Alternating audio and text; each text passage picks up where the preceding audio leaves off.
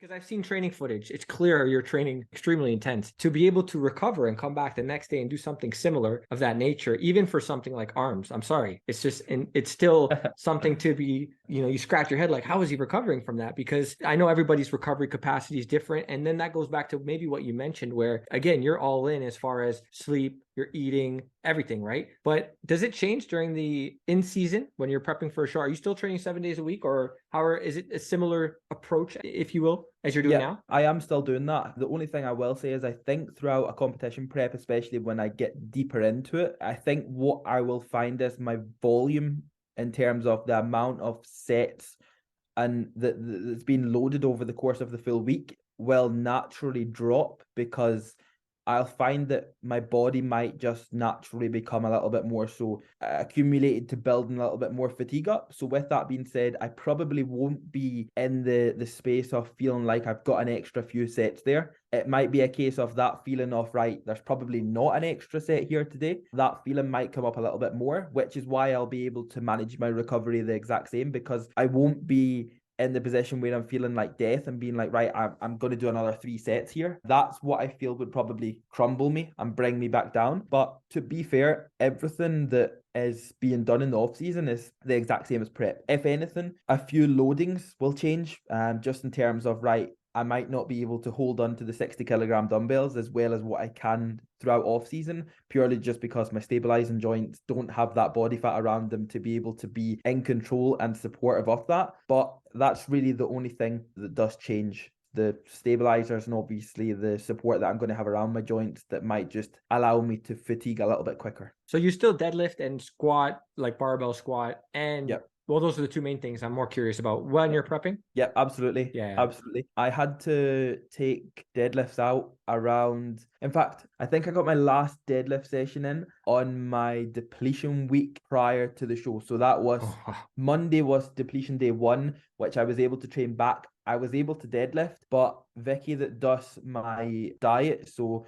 she basically said, I kind of asked her if I could get the green light to deadlift because it was going to become time for me to deadlift. And she says, yep, you can deadlift, but nothing silly. And I had to keep the reps over 10. So I went in and I think I'd done 220 for 16. That was that gave me that little bit of satisfaction that I could still go in and do my set and everything was good. But yeah, everything remains the same. I'll barbell squat on my last and final leg session. Nothing changes aside of that. Okay, so when was the last time you had a full day off? Like no training? It would have actually been in Dubai, and we've just literally been to Dubai around 3 weeks ago now. When I actually arrived in Dubai, we got there, we got into the apartment, everything was perfect. The following day, I went to the gym that morning, trained chest, and then I came back to the apartment and I actually ended up with really, really, really bad food poisoning. It literally, I've never been so ill in my life. I never want to be that ill again. The following day after that, so that would have been, I believe, the Thursday. On the Friday, I had that full day off. And that was purely just down to the fact of I was vomiting really badly. I must have been sick like over 100 times over the course of like a full day, and it was just not nice. So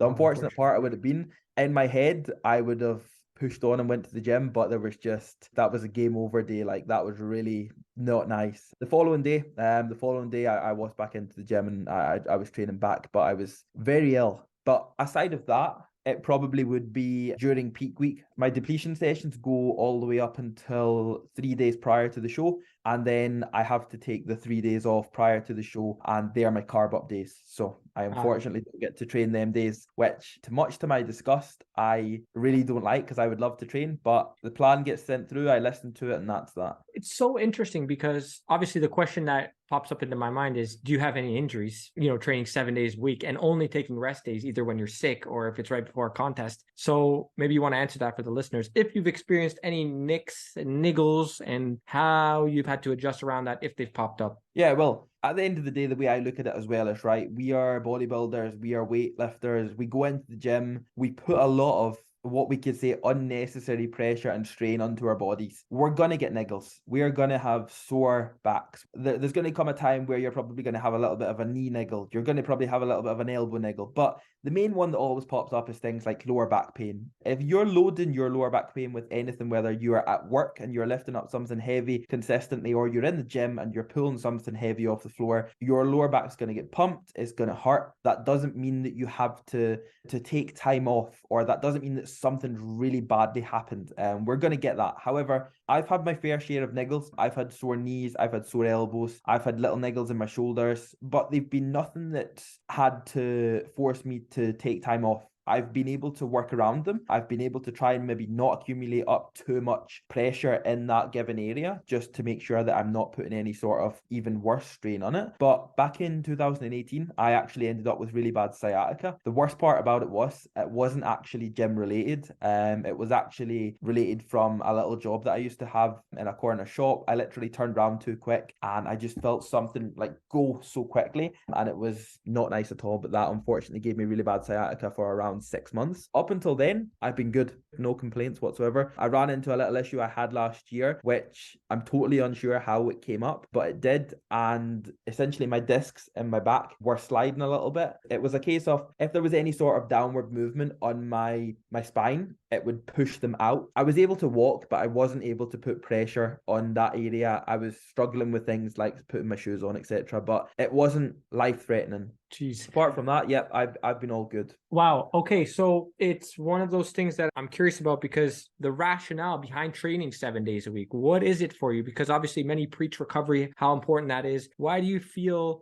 the need to be in the gym 7 days a week, as far as not only from a physical standpoint, but even if you want to touch on the psychological, because everybody's unique. So I would be curious. The biggest thing for me is training will come first. Training will always come first. Bodybuilding will come second, regardless how much it'll ever mean to me. I found training when I was 16 to be something so therapeutic, to the point of I found my need every single day. And I was at school. I would finish school at 3:25 and I would walk to the gym every single day. I would walk to the gym. And it was always that one thing that my day wasn't complete until I'd been to the gym, regardless what day it was, regardless what I was doing, regardless how much knowledge I had, regardless what I knew about the weights that I was lifting. The second that I walked out of the gym, that was it. That was my need satisfied. And up until today, me, DFAC Pro, me have been training 9 years, me that does all this silly stuff and silly loadings, deadlifts, etc., etc., etc.,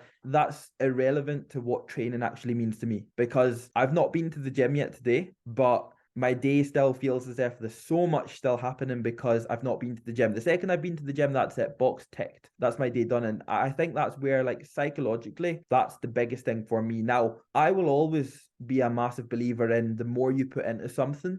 Like, I mean, the more you put into something, I don't even mean by everybody saying, oh, like, less is better and all this, right? The more you're willing to put into something in terms of time and effort, the more you will get out regardless. But whenever it comes to training 7 days a week, that is my need that has got to be satisfied every single day. And when I go into the gym, it's not even a case of, right, it's my time and all this sort of stuff. Like, I don't want to say that as much as that's really what it means. But when I go into the gym, I'm able to switch off of everything, anything, anybody around me, and it's just really time that I can go in and just everything just feels free and everything is just perfect. That is my space, my time that I just really allow myself to enjoy myself more than ever. Like I've said, it's like this 100 boxes in my head of just lots of little things that whenever I'm in the gym, they're just getting ticked off one by one, one by one, one by one. And that happens whether I'm training legs or whether I'm training arms. But it just so happens that I fell into the bodybuilding world and weight training helps me become a better bodybuilder. So it's a bonus.